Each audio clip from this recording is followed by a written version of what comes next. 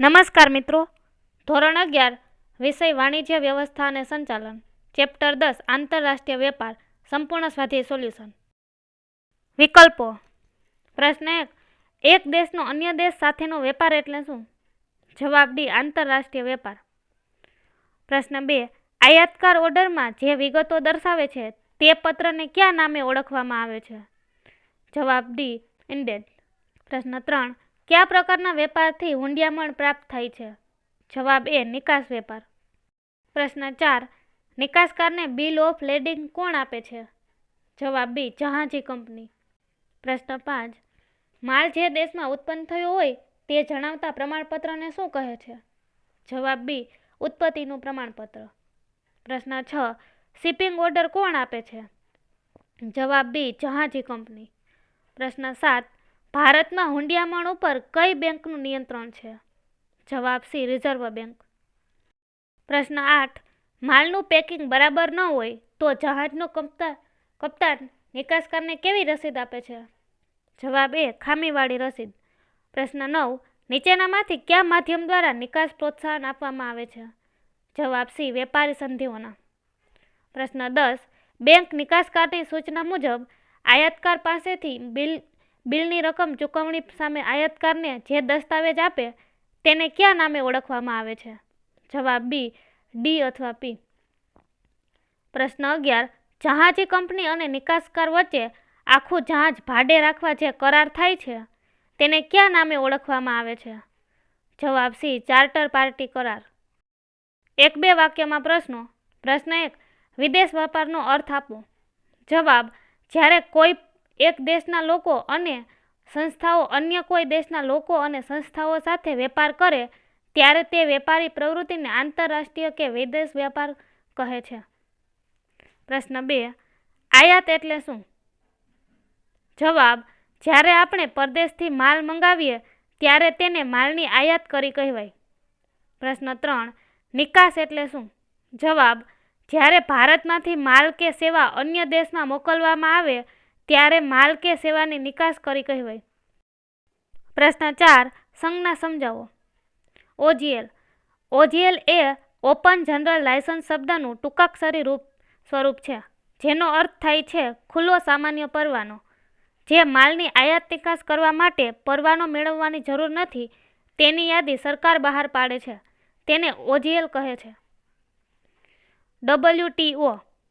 જવાબ, WTO એ world trade organisation શબ્દનું ટૂંકાક્ષરી સ્વરૂપ છે, જેનો અર્થ થાય છે વિશ્વ વ્યાપાર સંગઠન.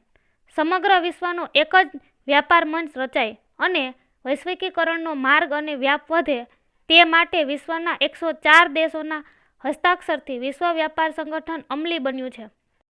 GATT. જવાબ, GATT A general agreement on trade and tariff શબ્દનું ટૂંકાક્ષરી સ્વરૂપ છે, જેનો અર્થ થાય છે વેપાર અને જકાત અંગેનો સામાન્ય કરાર. ભારત સરકારે આપણા દેશના ઉદ્યોગ ધંધાને વિદેશી પ્રવાહો સાથે જોડવા વિવિધ દેશો સાથે કરાર કર્યા છે, તેને આંતરરાષ્ટ્રીય વ્યાપાર સંધિ કરાર કહે છે. ACZ. જવાબ, ACZ એ સ્પેશિયલ ઇકોનોમિક ઝોન શબ્દનું ટૂંકાક્ષરી સ્વરૂપ છે, જેનો અર્થ થાય છે વિશિષ્ટ આર્થિક વિસ્તાર, જે એવો ભૌગોલિક વિસ્તાર છે કે જ્યાં પ્રવર્તતા કાયદાઓ દેશમાં પ્રવર્તતા કાયદાઓ કરતાં વધુ ઉદાર હોય છે. EPZ. જવાબ, EPZ એ એક્સપોર્ટ પ્રોસેસિંગ ઝોન શબ્દનું ટૂંકાક્ષરી સ્વરૂપ છે, જેનો અર્થ થાય છે નિકાસ પ્રક્રિયા વિસ્તારો. ભારત સરકારે નિકાસ વેપાર માટેના પ્રોત્સાહનો માટે દેશના વિવિધ વિસ્તારોમાં નિકાસ પ્રક્રિયા વિસ્તારની સ્થાપના કરી છે. ટૂંકમાં પ્રશ્નો. પ્રશ્ન 1, બિલ ઓફ લેન્ડિંગ એટલે શું? જવાબ, બિલ ઓફ લેન્ડિંગ એ નિકાસકાર અને જહાજી કંપની વચ્ચેનો કરાર છે, જેમાં દર્શાવેલી શરતો મુજબ નિકાસકારનો માલ વહન કરવા જહાજી કંપની કબૂલ થાય છે. તે જહાજી કંપનીએ જહાજ પર નિકાસકારનો માલ વહન માટે સ્વીકાર્યાની નિકાસકારને આપેલી પહોંચ છે અને તેનું માલિકી દર્શક હકપત્ર પણ છે.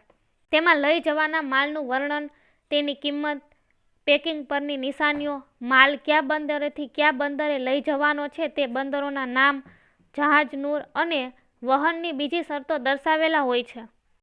પ્રશ્ન 2. વેપારી એલચીનું ભરતીયું કોને કહેવાય? જવાબ: નિકાસ કરેલો માલ આયાતકારના દેશમાં જાય ત્યારે તેના ઉપર જકાત ભરવી પડે છે. જકાત ચૂકવણીનું કાર્ય સરળ બને તે માટે વેપારી એલચીનું ભરતીયું એ મહત્વનો દસ્તાવેજ છે. નિકાસકાર પોતાના દેશમાંના આયાતકારના દેશના વેપારી એલચી પાસેથી આ ભરતીયું મેળવી શકે છે.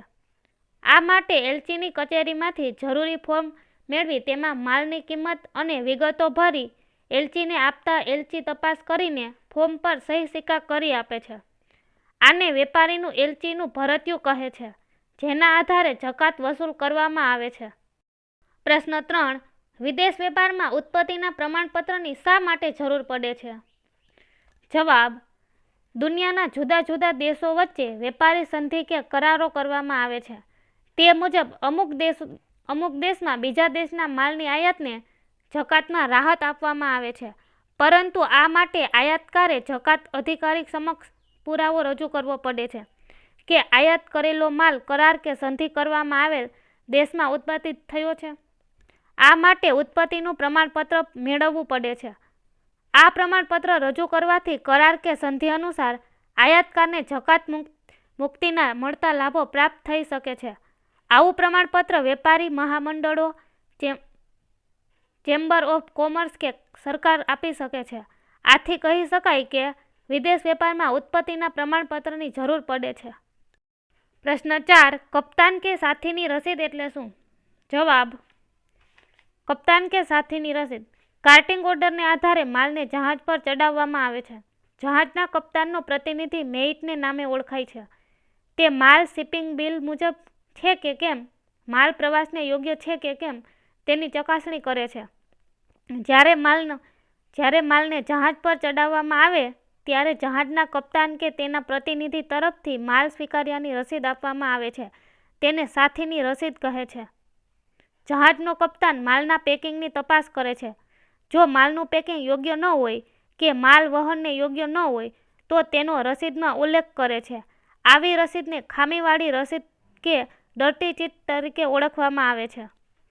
જો મેઇટને માલ તપાસતા સંતોષ થાય તો તે ચોખ્ખી મેઇટ ચીટ આપે છે. જો સાથીની રસીદ ખામીવાળી હોય તો તેનો અર્થ થાય છે કે જહાજમાં ચડાવેલ માલનું પેકિંગ ઓર્ડરમાં જણાવ્યા મુજબનું નથી અને જો માલની હેરફેર દરમિયાન માલને નુકસાન થાય તો તે માટે જહાજી કંપની જવાબદાર ગણાતી નથી. પ્રશ્ન 5. ચાર્ટર પાર્ટી કરાર એટલે શું? જવાબ: માલની નિકાસ દરિયાઈ માર્ગે કરવાની હોય તો નિકાસકારે જહાજી કંપનીનો સંપર્ક સાધવો પડે છે. જો નિકાસકારે મોટા જથ્થામાં માલની નિકાસ કરવાની હોય તો નિકાસકાર આખું વહાણ ભાડે રાખે છે. જહાજી કંપની અને નિકાસકાર વચ્ચે આખું જહાજ ભાડે રાખવા માટે જે કરાર થાય છે તેને ચાર્ટર પાર્ટી કરાર કહે છે. પ્રશ્ન 6. શિપિંગ ઓર્ડર એટલે શું? જવાબ: નિકાસકારે માલની નિકાસ દરિયાઈ માર્ગે કરવાની હોય તો તેણે જહાજી કંપનીનો સંપર્ક સાધવો પડે છે. જે કંપની નક્કી કરેલી તારીખે માલ લઈ જવાની તૈયારી બતાવે તેને માલ લઈ જવા અંગેની અરજી કરવી પડે છે.